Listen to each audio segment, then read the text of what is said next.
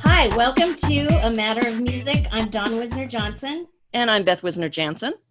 And we are partners and sisters. And we have a special guest here this week, but we just want to say that we're here to provide a unique space for musicians to gather tools, ideas, education to help master this crazy business of music. And speaking of that, we have a guest this week who has been in this crazy business of music for a long time. And he has held out, and man, I don't know how many albums he's done, but Beth's going to tell you. I think it's 36. I want to introduce Mike Roe to you. And Beth, you want to tell us a little bit about Mike? Yeah, Mike is the lead singer of the band The 77s, which has been recording and touring since the 1980s.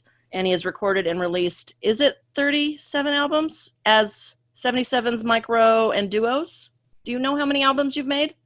He doesn't know. Shaking his head. No. Okay. Well, then that's a project. We've got to figure out how many you've done, because he does solo stuff. He does duo stuff. He does 77s. He does the Lost Dogs, which is kind of a Americana super group of singer-songwriters. Mike, if you don't know how many albums you have done, you probably don't know the other next question I have, which is, how many songs have you written? Do you have any idea? No. You left out Kerosene Halo. Kerosene Halo. Yeah, that's one of the duos. I couldn't remember the name. Kerosene Halo. That is with who is that with? Doherty. Derek Doherty, who will be on this podcast someday, if we can wrangle him in. But Mike was we knew Mike was a yes. We knew our first go-to, Don said, the first guest we have has to have a little bit of rock and roll in him. And I looked down our list and I said, Mike Roe. That's the first guy we got to have, because obviously, if you look at him, he's got a little rock and roll in him.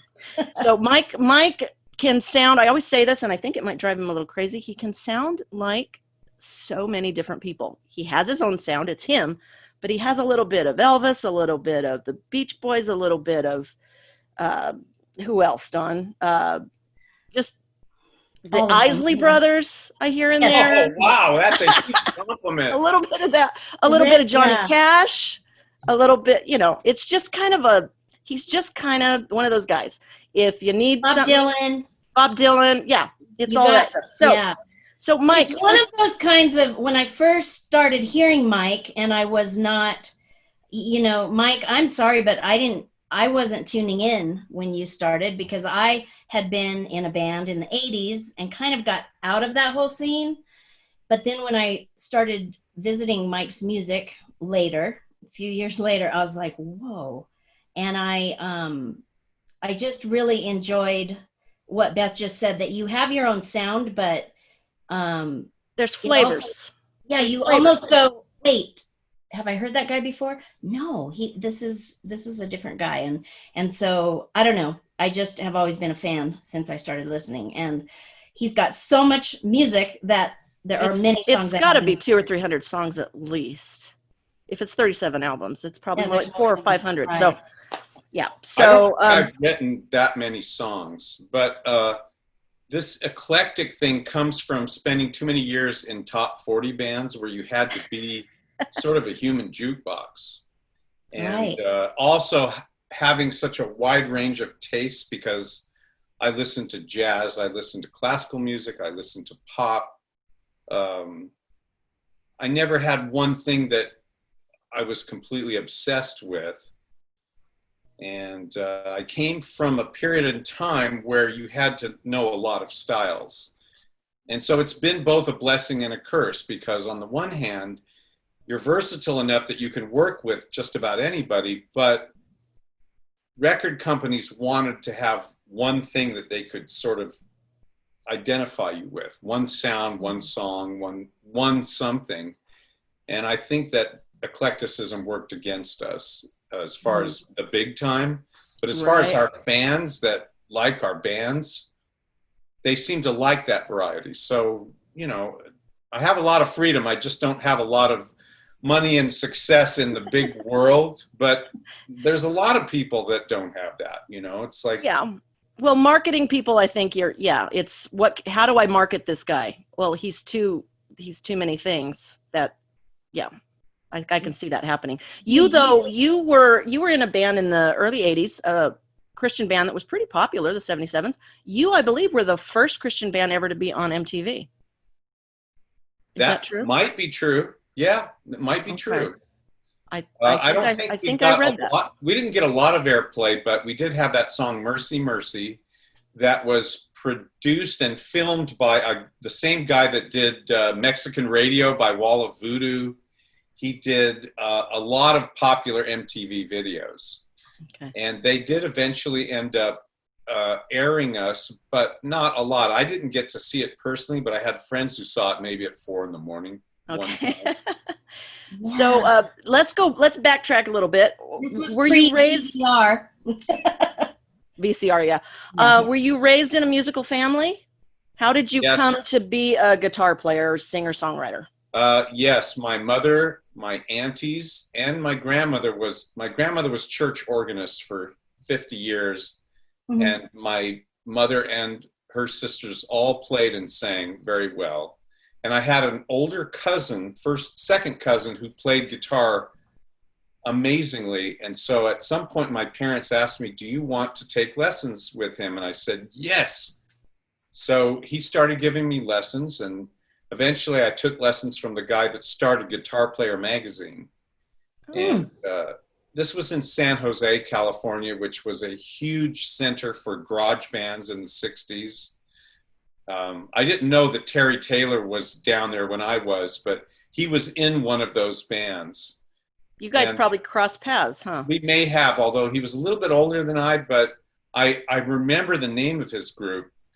But it was just a really active scene. And then, of course, eventually the San Jose scene merged with the San Francisco scene. So by the time I started coming of age, you had all those groups like the Grateful Dead and Jefferson Airplane and Quicksilver Messenger Service and others. The Bay Area in the mid-'60s was a really great time to be learning guitar because there was so much going on. And even though I was a young kid, I was in the middle of all this stuff. So at what age were you learning from your cousin? I started at 9. Wow. In 1964, February, right when the Beatles landed at JFK. It's like I took my first guitar lesson. And what was great about the Beatles is that their songs were simple enough that I started being able to learn those tunes really early on because they were easy. Mm. And so I started then, but then by 67, 68, there was this whole other British invasion, where you had Eric Clapton, Jimmy Page, Jimi Hendrix, who was American but went to England and then sort of imported himself back over. And I'd already been playing 3 or 4 years by that point and was actually pretty good for a young kid. But then I had to start all over again, and it was just maddening because I'd learned the old style, Chuck Berry and Carl Perkins and George Harrison and Beatles stuff. And now there was these guys playing the blues like B.B. King and bending strings with their fingers. And it was like, I had to just start over again. So, but I did. I was very determined. I had a lot of good players around me. A lot of kids at my high school were really great. And so I grew up in a real rich musical environment. And, eventually I caught up. I was a little bit late on some of the stuff, but that just made me all the more determined to get better. So, speaking of your family, so your mom asked if you wanted to take lessons. They were very behind what you were doing? They were, but they wanted me to play in church only. Oh. They didn't want me to play at dances. They didn't want me to play in bars. They thought that all musicians were drug addicts and alcoholics, which is true. They're not exactly wrong. I didn't know it. Mike. But can I say that's keeping you in church didn't necessarily keep you away from that?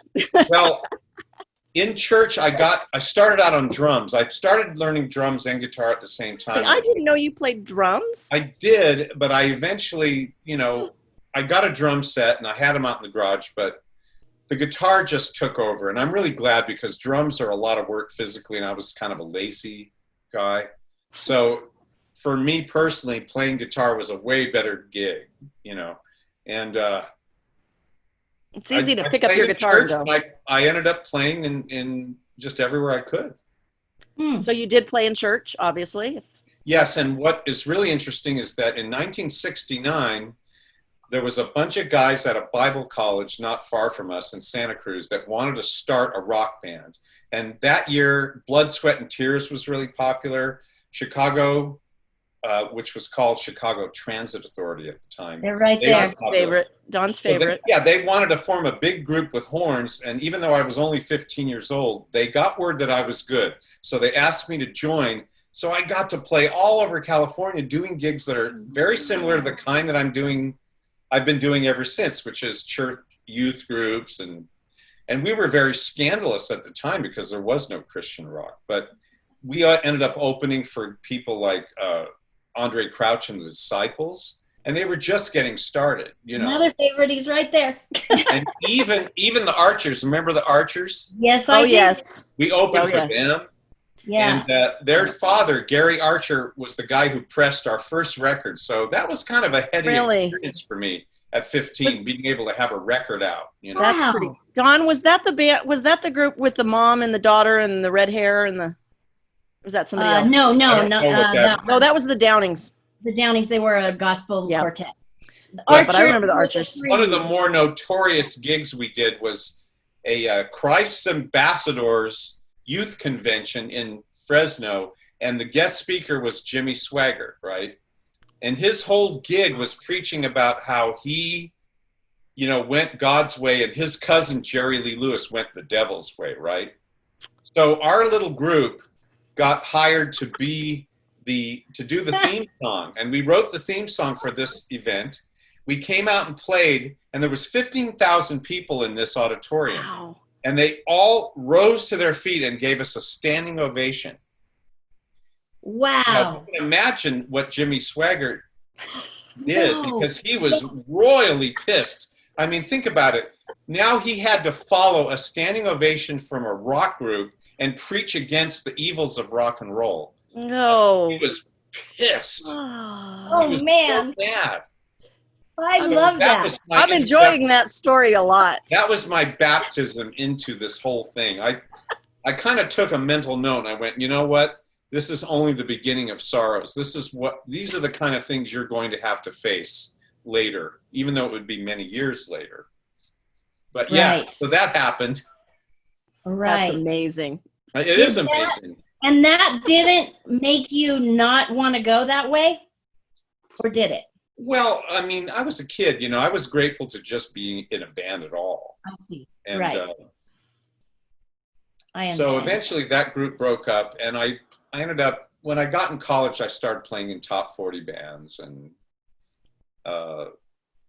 at some point I had sort of huge spiritual epiphany, which Beth knows about, that led me to Sacramento, California, and to a church called Warehouse Ministries that was arts-based.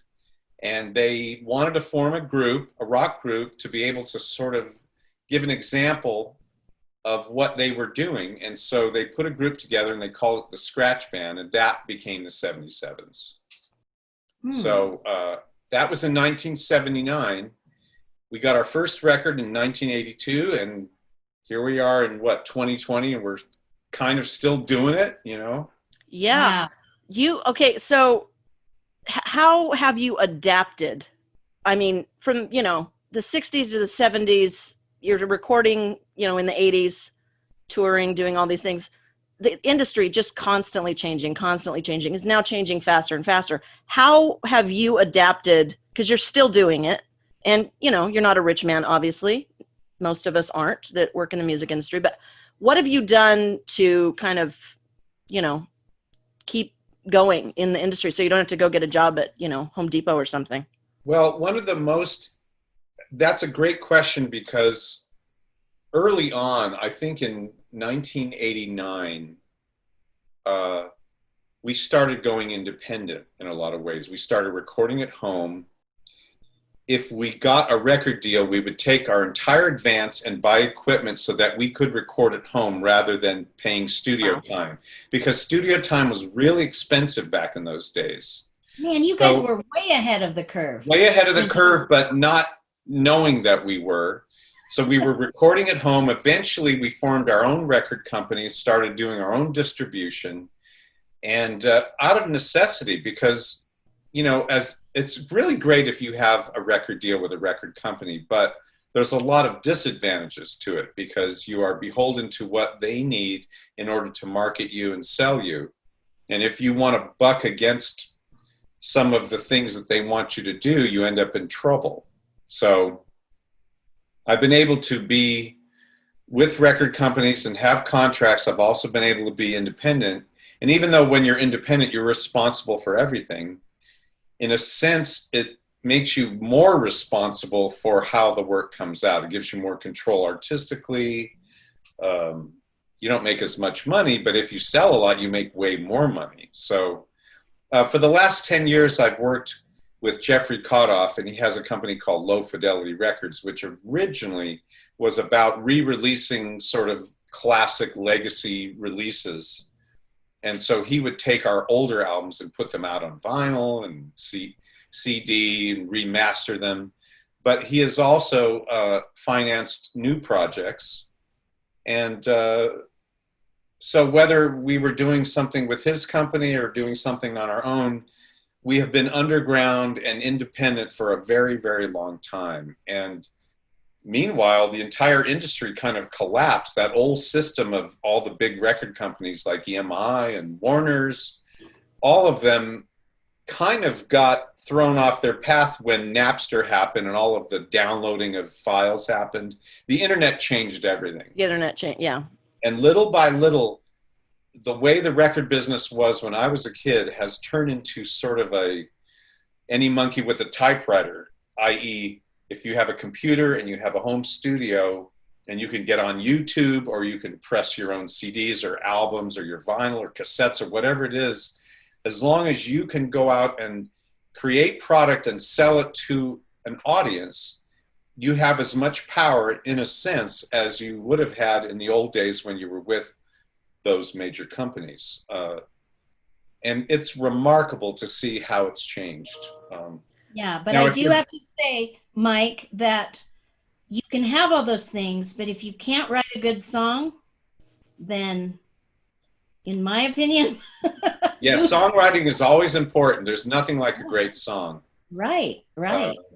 So, which leads me to another question. How do you approach writing a song? I know that's a crazy question to ask, but as far as, because you are responsible and you've been responsible for your own, stuff longer than most people because of the story you just told us, that, you kind of took on that responsibility way, 10, 15 years before a lot of artists were.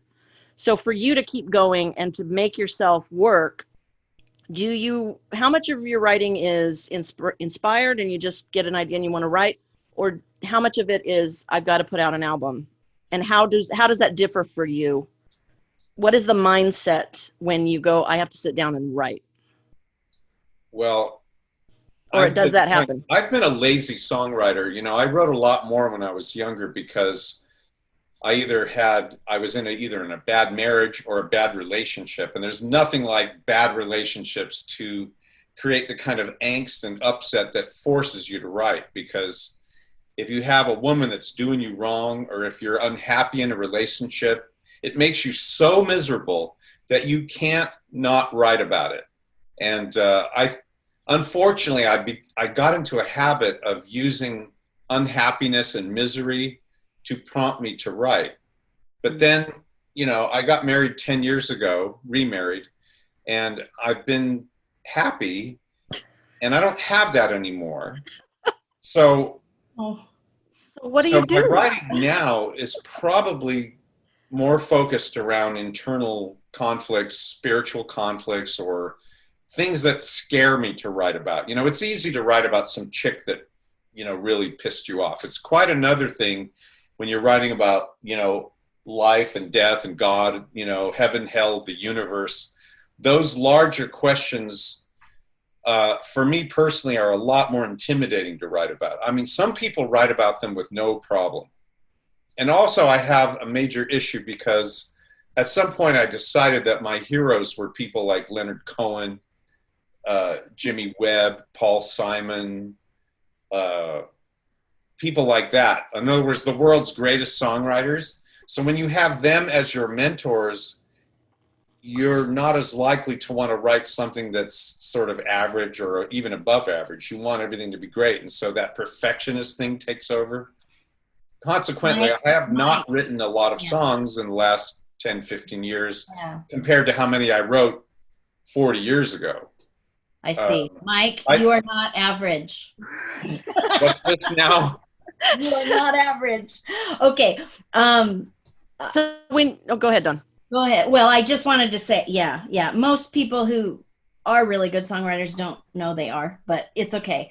As I said at the beginning, that is one thing I didn't say was I was amazed at how prolific you were in songs, how the emotions came across. Some of the songs like Ache Beautiful, and what was your favorite, Beth, you were saying? Sunshine Down.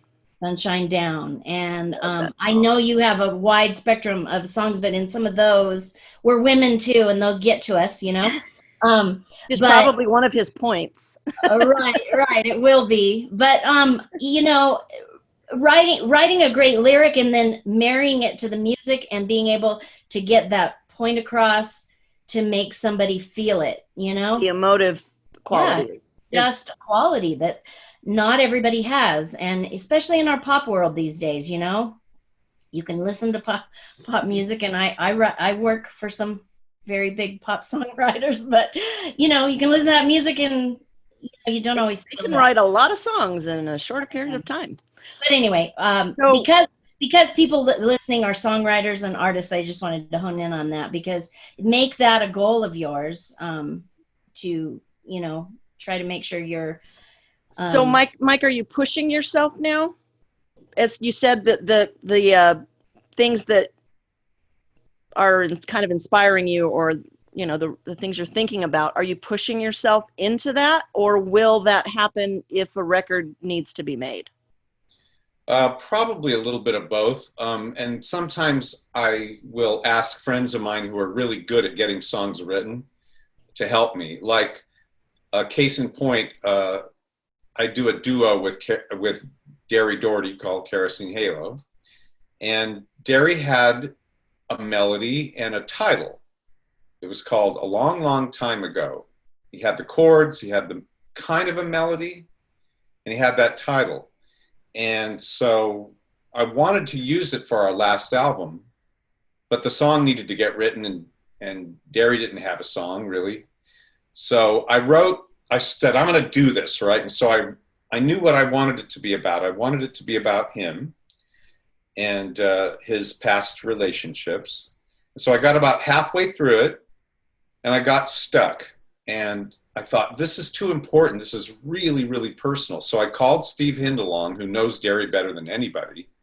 And I said, Steve, you got to help me. So we got together.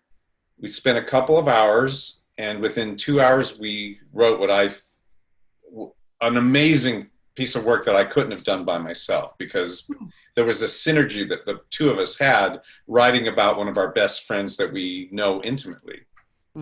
And I know it was successful because when Derry heard it, he ran to the studio and recorded the vocal. That's not something he would normally do. Usually you would have to force him to do it. Do that. But he went and did it on his own. And he never told, he didn't call me and say, this is great. He went and recorded the vocal, which told me that was my message from him, that he loved it. Yeah, if we can get the permission, I want to play a little bit of that. Yes, you need to, because it's one of my favorite things. But collaboration is good if you get stuck, or if you're kind of being void lyrically or musically, if you don't really have the idea, or say you get halfway through it and you start to hate it, or you think, I can't finish it, I don't know why.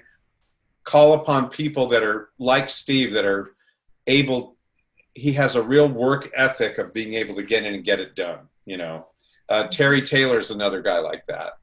I have other friends that way, that they're not intimidated by songwriting. They just do it. They just do it no matter what. Whereas for me, songwriting has always been intimidation. It's like there's something about it that kind of freaks me out. The empty page, or the idea that, well, this is just kind of average, or maybe I just really don't have anything to say, or whatever. But I admire those guys that are able to just throw all that out the window and just get in and get it done. And Steve's one of them. I think that's one reason the Lost Dogs are such a great group together. There's so many prolific writers in that band, and what a collaboration, right? The four of you able to sometimes, get together and do things. And I know Terry writes a lot of the music, but I don't know. I mean, that's another thing that we'll play. We'll play a song off of the Lost Dogs as well, because some of their records. Well, it's funny how when that group started out, at least for me, I started bringing in orphan songs that were either unfinished or that the 77s, my group, didn't want or couldn't use or wasn't appropriate for that group.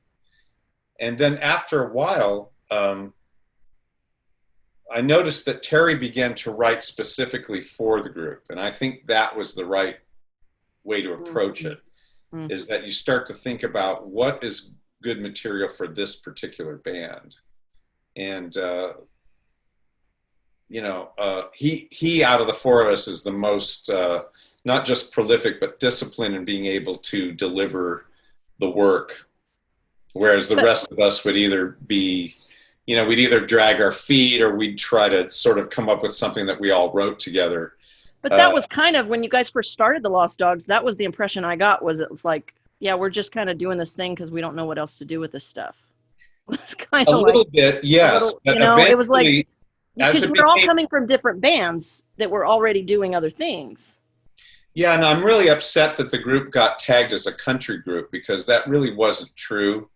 I think part of that happened is because we had a steel guitar player on the sessions, and also that the Americana thing started leaning that way a little bit. But as time went on, we started realizing that it was a vehicle for a lot of different kinds of expression. Yeah. And even after Eugene passed, we were still able to come up with a fair amount of inspired material. But we haven't done anything for 10 years because the last thing we did was just so complete and so exhaustive, not exhausting, but we felt like we made a good final statement. And I'm hoping we'll make another one, but that was the one, Old Angel, the one about the Route 66, which you guys had a huge part in. So the Lost Dogs were, Terry Taylor's dream was to go down Route 66 and write about it. And the Lost Dogs ended up doing that in, it was 2008, right? Yes, and then we went back again in 2009 and redid the last part of it. Right, in New Mexico. They took my motorhome. Yes. I remember talking to Derry, and he said, yeah, we're going to do, we're going to get some funding, and we're going to do this project. We're going to go down Route 66. And I knew you guys enough at that point. I didn't know you very well yet, but I knew, I know what they're going to do. They're going to get in a van, and then every night they're going to get to a hotel. They're going to go to the bar, have a couple drinks, and they're all going to go to their own rooms. And I was like, you can't do that on Route 66. You got to take my RV. You got to go and just cram them into this RV. And I ended up in that RV a couple of nights listening to some jokes that would make 12-year-old boys laugh. It was. It is. I have to thank you. I don't know if I could ever thank you enough for helping us to have an experience that, well, first of all, it's almost like I wish every American was required to do the very same thing we did, because I learned more about this country and about a forgotten part of this country. Historically, it was just priceless. And also the amount of fellowship that we had as a group, being able to get into the heartland and meet people in all of these forgotten towns and forgotten roadside attractions. I don't really have words for it. It was a remarkable experience. Along the way, right?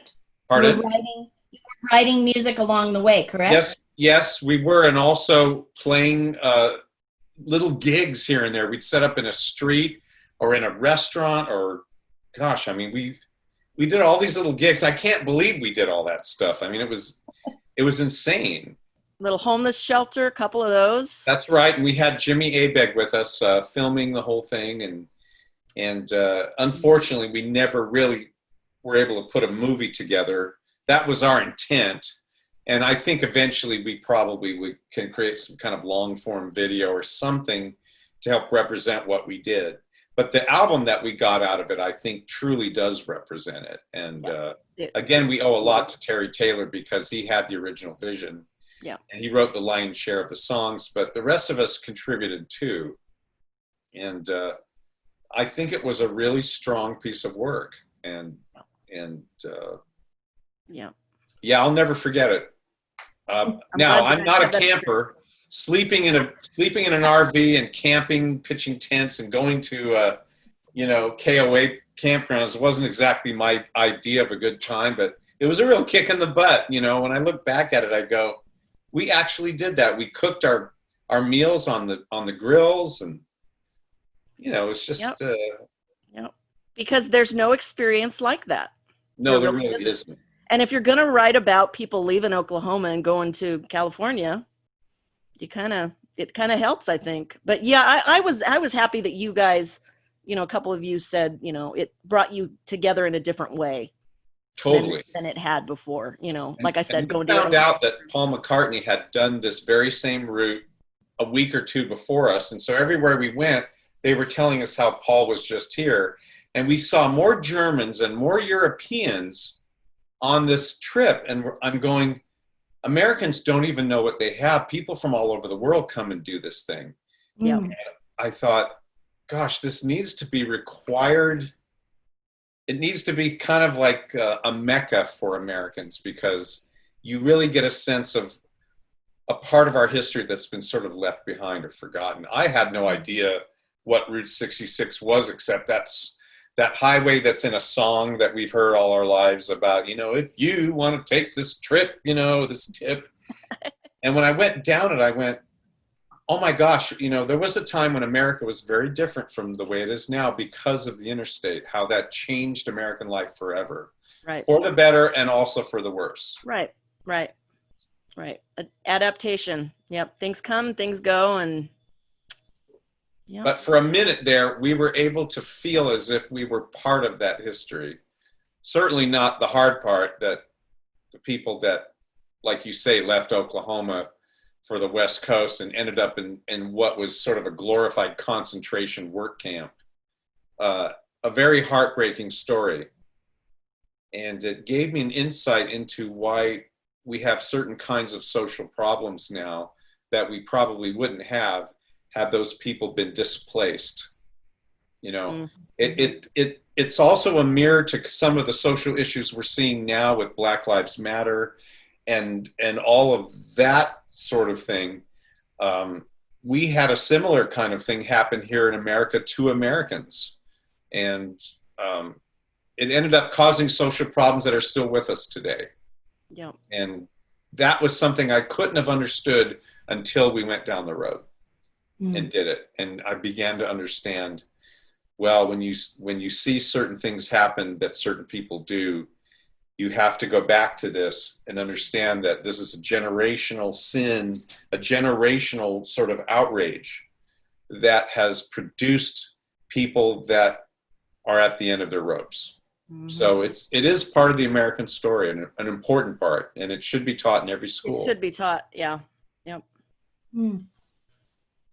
Okay. Wow. Mike Roe, philosopher. Not quite. Okay, so let's, do you have any other creative songs, Dawn, before I get to ask him some couple of business things? We can go back to, right. Have a couple of. When did you actually start writing songs? You started playing music very young, but do you remember writing your first song? Or? Yes, I started writing in the mid-'60s, probably around 1965, 64. I had a little group that I started in the 4th grade, 5th grade, and it was a kind of bullying thing. We had a kid that we didn't like, and so even though we were all friends, we decided to write a bunch of songs about this kid that we didn't like. Oh my God. And so we created these sort of junkyard marches, and they were all about this kid and saying terrible things about him. Wow. Fortunately, that only got as far as my little reel-to-reel recorder. Okay. No one heard it. Because Don is going to march up to Sacramento and kick your butt in just a minute. Yeah. And then after that, I had a little sort of group with my cousins. We call ourselves the Idiot Cousins. And I started writing for that thing early on, and that sort of got me into the whole thing of songwriting. So I've been doing it ever since I was 10 years old. Right. Wow. That's very early. Yeah. It's early. I didn't start taking it seriously until maybe that first band that I told you about when I was 15 and all those guys were 21. I wrote songs for that group. And then when I got in the 77s, our early material was written by Steve Scott. You guys know who he is? He's an English poet and writer. And then we needed to start coming up with more material. And so I started collaborating with the other guys in the group and wrote a bunch of ones on my own. And because now I had a vehicle for it, and it was serious. I mean, we had an actual record deal. We had to have a lot of material. And so I started writing for that and started taking it more seriously the more I realized that there were great writers, and then there were good writers, and then there were just okay writers. And I started to set my sights on those great ones, you know. I don't feel like I've ever quite gotten to that level, but I do have people that I feel have mentored me to want to do better. Do you have, I know I've had a stint in songwriting myself for my band, but do you, and so I know that I do, but I'm going to ask you this. Do you have a favorite song? Or, you know, mine is more because of what it's about. And I remember the experience, and it was about the church, where I was coming out of the church, and I was like a little bit angry. So that's one of my favorite songs that I've written. But I just wonder, you have so many songs. So do you have some favorites, or ones that you really are like, man, that one, you know, just resonates? Something you're extra proud of, or that has memories to it that. You mentioned it. Well, you mentioned a couple of them. Ache Beautiful is definitely one, because it was at the end of a relationship, but I started the song 2 years before the relationship ended. I was on a flight from Heathrow, London to San Francisco, and I kind of knew that this relationship was going to end in tears. And so somehow that phrase, I had it in my head, but I couldn't write the song yet because I hadn't lived it out yet. And 2 years later, after I lived it out, I'm back on that same flight, flying from Heathrow to San Francisco again. And as the plane took off, we started flying, I wrote the song then, which is really, really weird. But that's why there's a lot of sort of air travel imagery in the song. And I was deeply in love with this person who didn't care. And it came out of really, really deep emotions and very heartfelt, on the edge of my nerves kind of stuff, you know.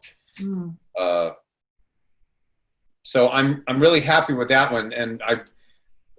But when I was recording it, I was thinking of people like Julio Iglesias, of all people. I thought, I want to sing it like Julio Iglesias because I want him to record the song. I can hear him singing it, you know, and that kind of gave me the inspiration for it.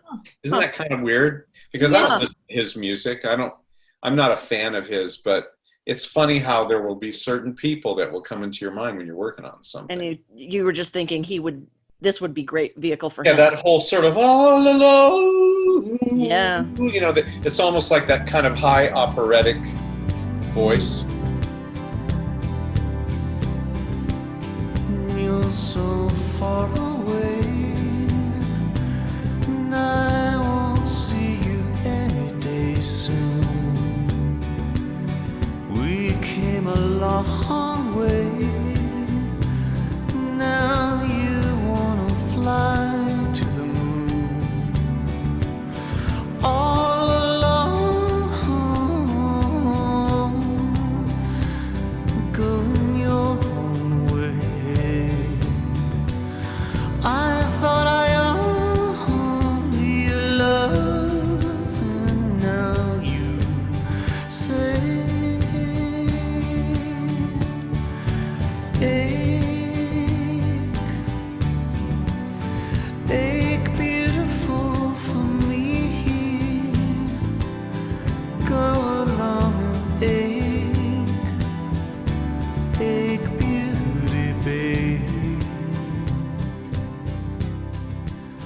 And then you mentioned Sunshine Down is another one that's kind of whimsical, because I wanted to write a praise song. You know, we've had situations over the years where I felt like I could get a deal with one of these big Christian companies, you know, or something, or who is the guy who managed Amy Grant? What is his name? Brent. Sorry? Brent. No, not him. No. But they had a big production company. I can't think of who it was, but they called me once and they were sort of courting me a little bit. And so I thought I need to learn how to write praise songs, right? But I didn't know how to do it. And so I sat outside on the deck and I was looking around me and I go, I marvel at this, you know, the sweetness of the trees and the sweet peas and all that kind of silly stuff. And it started out kind of like a praise song, but then eventually I started to become sort of self-centered and you know, I started focusing on all my angst. And so the whole thing just completely fell apart. It went from praise to sort of this misery thing. But there is something lighthearted and whimsical in the lyric. Well, yeah, it's lighthearted and whimsical, and yet you can feel the angst in it as well. That's just what I love about it so much. It's this dichotomy thing that I can kind of imagine where your head was at. It feels like I could, but it's very whimsical, but I don't know. It's, you got whatever you were feeling at the time. I felt like that came across. That's good. I mean, it feels original. I don't think anyone else could have written it. Yeah. And that's what I like about it. It has a lot of your personality in it. Yeah. It's hard to be original, you know, without sort of pandering to yourself or trying to copy what you think someone else is. There's another song called Bottom Line that 77s did that I didn't have any other inspiration for it. It just came out of nowhere. And it's very similar to that song that you mentioned, Sunshine Down. It's got that same feeling about it. And I'm proud of that one for the same reason, because it feels like it's completely original. And it says what I wanted to say. So I wasn't inspired by someone, or I wasn't trying to emulate someone. It just came out of thin air. I was cutting it out of whole cloth, you know. I marvel as I sip upon my sweet tea.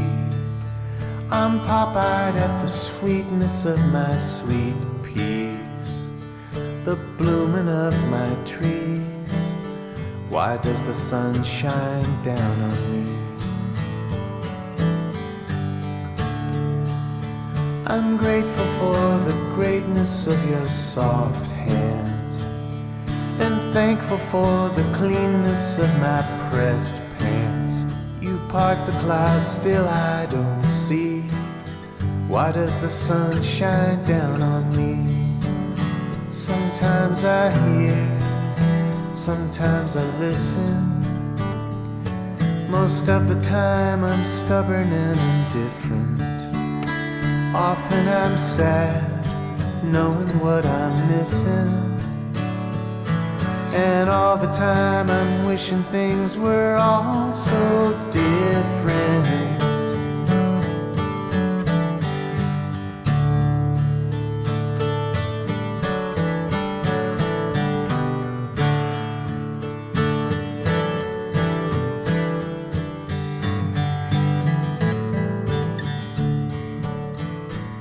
So those are the ones I'm the most proud of, because you can't trace their lineage. You can't look at it and go, oh, well, now he's channeling this guy or this person. It's unique. Mm-hmm. I wish I had more of those. I think you do. We just happened to mention the two that you did. Two of your three, probably. There's so much music you have. Anyway, Beth wants to ask some a couple of business questions. So how important is it as a writer and artist to understand the business side of the industry? So how it works, copyright, publishing, PROs, that kind of stuff. Do you have a handle on that? Very important. And I can look at not only myself, but many of my peers and other friends of mine that kind of got left behind, that a lot of the reason was because they didn't really understand how the business works. So any amount of experience you can glean from talking to professionals, reading books, anywhere you can get the information, I think is extremely important, because it is a business. It's not, music business is music, but it's business. And if you don't have your business thing together, it doesn't matter how great you are. You could really lose out. And we've made a lot of mistakes over the years because of that. I wanted to ask you that, Mike, about publishing. You were talking about you got money from a record company and you bought the equipment to record it, and you probably didn't understand publishing then yet, or did you? No, well, in that particular case that happened, we gave away, I think, part of our publishing in order to get a publishing advance. But we felt it was worth the trade-off because the advance enabled us to buy studio equipment. So, but that record company ended up with, I believe, a certain portion of ownership of our songs. Not all of it. You always want to try to retain as much ownership of your own material as you can. But if they're going to grant you a significant amount of money that you either need personally because you're starving, or money that you can put back into your business to forward yourself, it's not always a bad choice to go for that split publishing deal.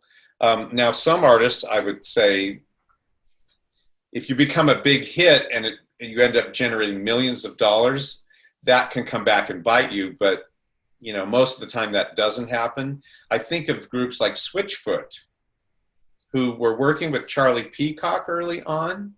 You might remember the story. You may be familiar with it, where none of them, the group nor Charlie, knew that they were going to become this huge success. So I believe that Charlie was able to get a significant amount of their publishing, if not all of it. I don't remember how much it was. And then all of a sudden the group blows up. I mean, beyond anyone's wildest dreams. Who ends up with the money? Charlie Peacock. Good for Charlie.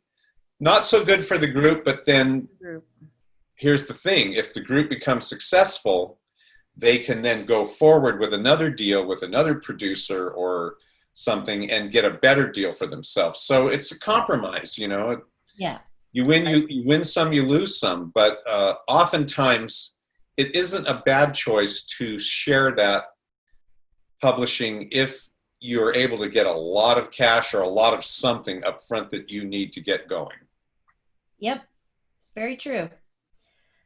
Okay, so you learned along the way pretty much, I'm sure, about the publishing, but it sounds like even then you sort of were already tuned into that.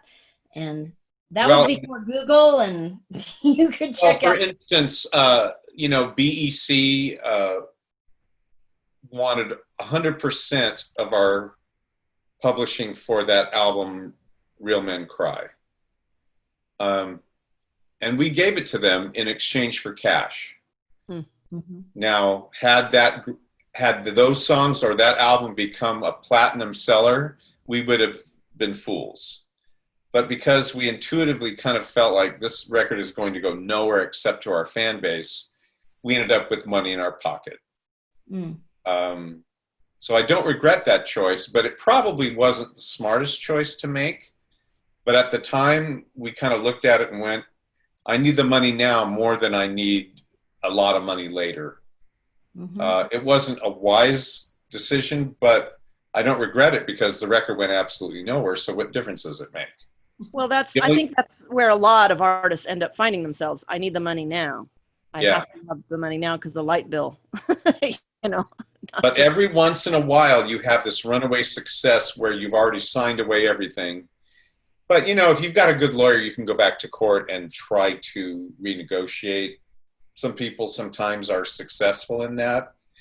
I remember that famous story of the Beach Boys when they got really low in their career in the late 60s. Their father convinced them to sell their entire catalog, right? And they did that. They got the cash. And then all of a sudden in the early 70s, at some point 74, their record company, Capitol Records, put out a collection called Endless Summer. This thing went to #1. It became double, triple platinum. And suddenly the Beach Boys are the most popular group in America again, something that nobody could have predicted around the time that they took that other deal. They were able to successfully go into court and prove that they had signed away those rights under duress and regain back some of what they had lost, hopefully a lot of it. So again, a lot of it has to do with how good your lawyers are and how good of a case you can present. And if it's a big success, you can hire better lawyers. That's true. Yeah, fortunately, because so many millions of dollars were coming in just from royalties for the record sales mechanicals alone, Brian Wilson was able to go in and make a significant case that his father had hornswoggled him, you know. And I believe they were able to get their rights back. I mean, that's a landmark case, and it doesn't always work out that way. You can't expect that, yeah. I'm glad that in their case they did, because they deserve to have that money because they were generating so much income for everybody. Right. And, but, you know, we're not, myself personally, I'm not dealing in numbers like that. You know, we're just sort of, you know, we're a little bit above, you know, a song and dance man in a subway with, you know, with a hat out. Well, one thing we tell Beth and I, in a lot of artists or people that we talk to, it doesn't hurt to ask. We've worked with some people and asked questions of big television networks, you know, if they're on one of the reality shows. Never take the first offer.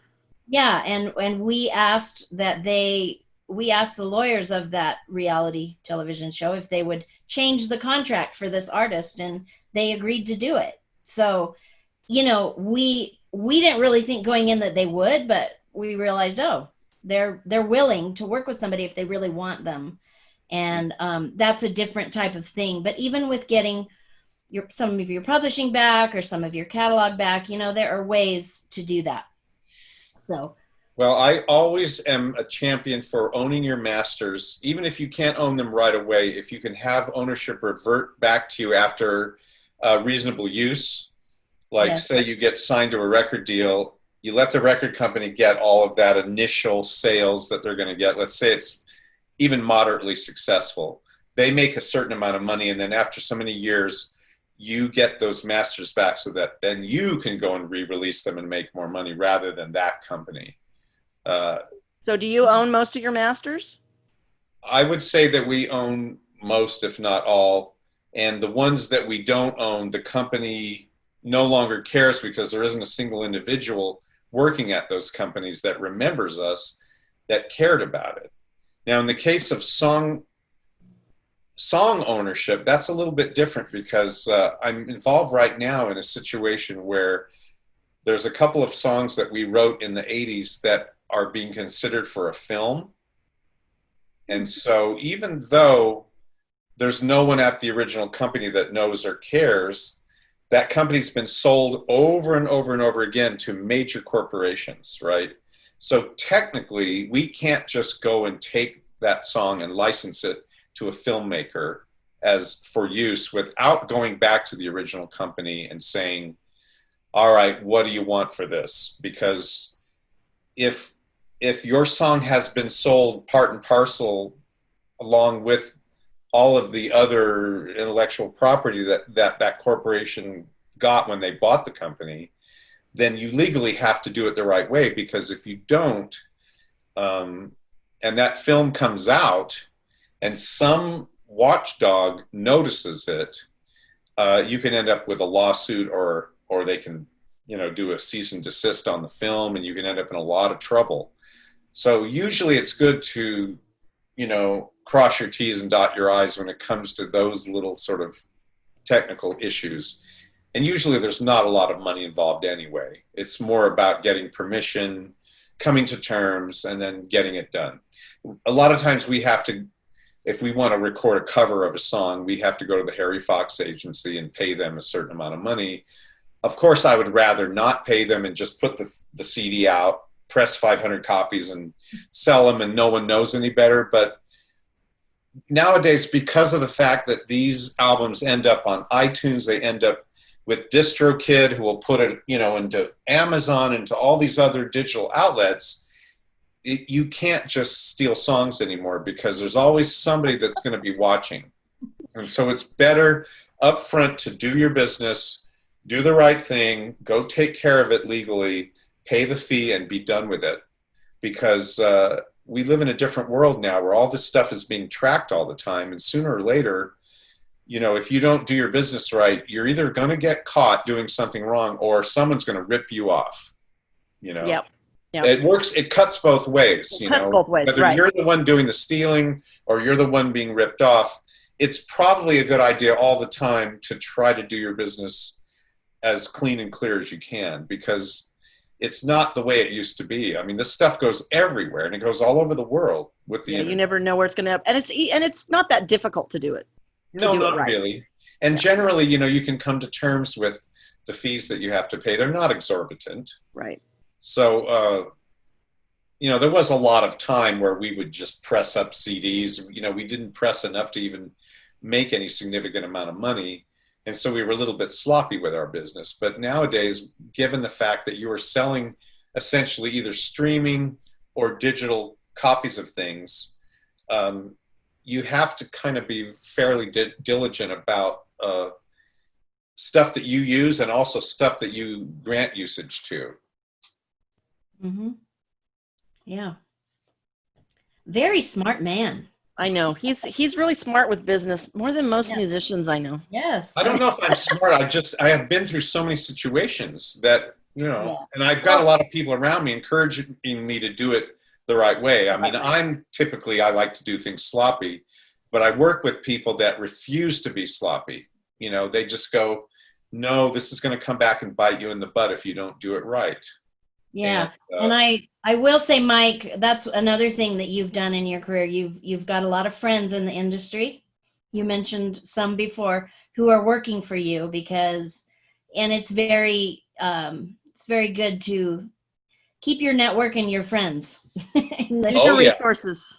Oh, yes. Try to remain on good terms with just about everybody, because eventually you're going to need a favor from somebody. Right. And if you make a lot of enemies and burn a lot of bridges, then things won't work out so well for you. So I have tried to work on an even keel with as many people as I can, and not poke the bear too much, because eventually you will need a favor from someone that you may not even like.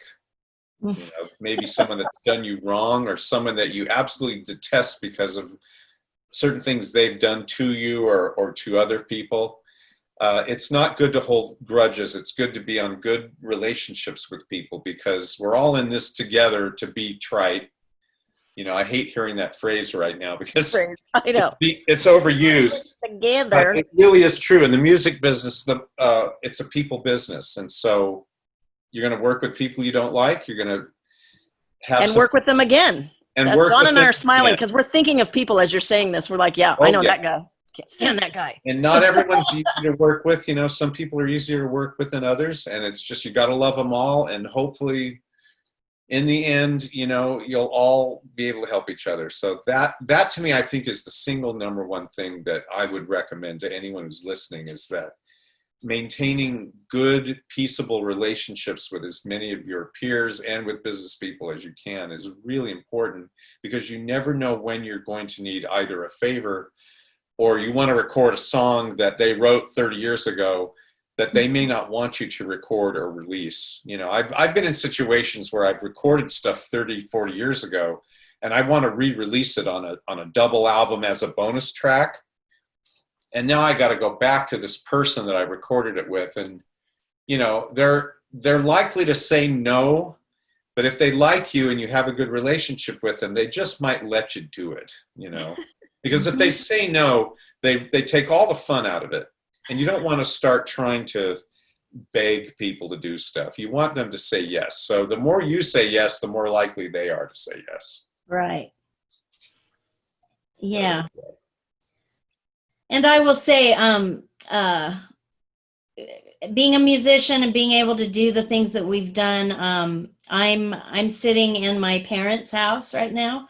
I've had the executive jobs, but I'm now doing remote work, and we're doing consulting, and Beth and I are starting our podcast and doing these things. And there's not a ton of money in this, but I just love this part of the industry. So I will say that I'm happier than being in that office where I was making all that money. And it sounds weird to say that, but it really is true for me. And Mike, I mean, I know you've been through a lot, but I know you're a very kind person, and if anything ever happens with us, you're always like, hey, I wish I could be there to hug you, and it's like we're living a pretty good life.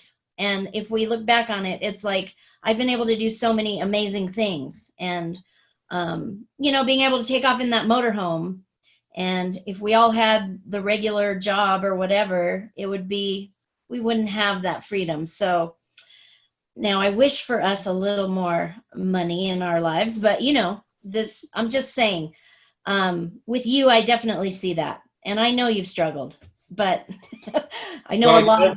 The older I get, the more I realize that every breath is so precious. All those things that I wanted when I was a kid, you want stardom, you want money, fame, you want the girls, you want a legacy, right? And it's funny now, I look at all that and I go, yeah, of course I'd rather be rich than poor. Of course I would have rather had a lot of that stuff, but I don't sit around now thinking about those things. To me, I think more about how much time do I have left, and how do I want to spend it, and who do I want to spend it with? And it's so short, So none of that stuff means anything to me now, because that's not what I'm setting my sights on now. Now it's about just trying to enjoy the time that I have left and be around people I like and love. And I'm grateful for all the music I've gotten to make with so many talented people. Because I have a lot of musician friends that I grew up around in the Bay Area in San Jose.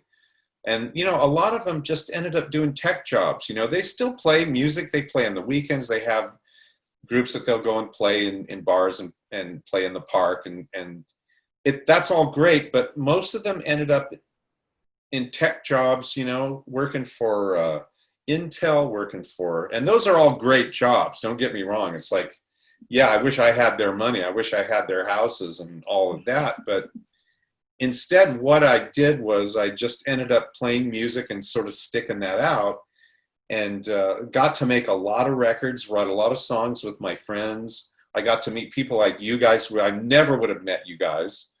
Have a lot of people in my life that love me, and I love them. And it's like, what more could I ask for? It's like, the whole idea of rock stardom and all that stuff just seems silly now. It's a young man's dream. And it's great it's nice work if you can get it. But if you didn't get it, what did you get? Well, I hope you did something creative and made a lot of good friends and have people who love you and you love them back. I mean, I can't complain, Yeah. I'm really glad that you guys are doing this, and that, you've always had some kind of thing that you come up with. And I just love the fact that you're coming up with something else in the middle of a time where people are getting really discouraged. Yeah. We started doing free Zooms for some artists and people that I was meeting in Zooms that I was looking at, music supervisors and all of this stuff. I was like, I'm going to do something in this time where I'm at home a lot, and I just started meeting people, and they started coming to LinkedIn, and I thought, you know what, I'm going to give back. So I said to Beth, hey, we have a lot of information. I'm out there in all these Zooms. Let's just start doing one every week. And we got about 15 people coming in weekly, and we were like, for 3 months, they're still coming. Months. And we were like, wait, maybe we should really do this. And it was very stimulating. And we've thanked those people because they asked a lot of questions. They kept telling us, hey, you guys, I didn't know about this part of the industry, and you really explained it well. And so we thought, yeah, it's time. Let's go. Because the business of music can be pretty boring.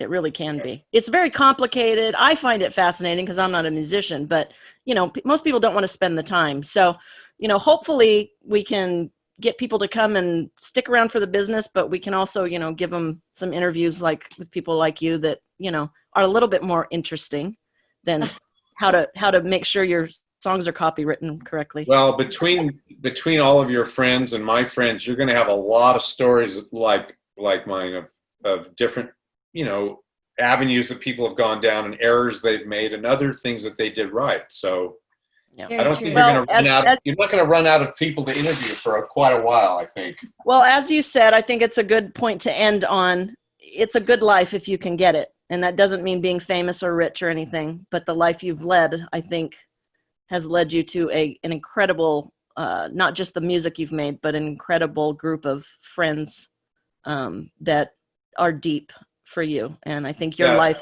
I've been really grateful for that. And you guys are part of that. I really appreciate you being part of the family.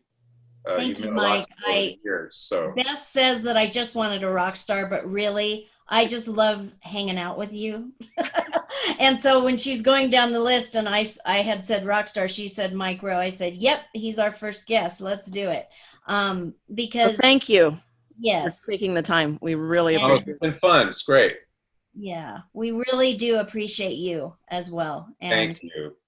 And the friendship is valued. Right back at you. Well, let me know when this thing airs so I can watch it. We will. We'll get out to all your fans and tell them. Good. All right. So stick around for a minute, Mike. We want to ask you a question, but everybody else, come back and listen to us next week. Yeah, thank you for listening on A Matter of Music.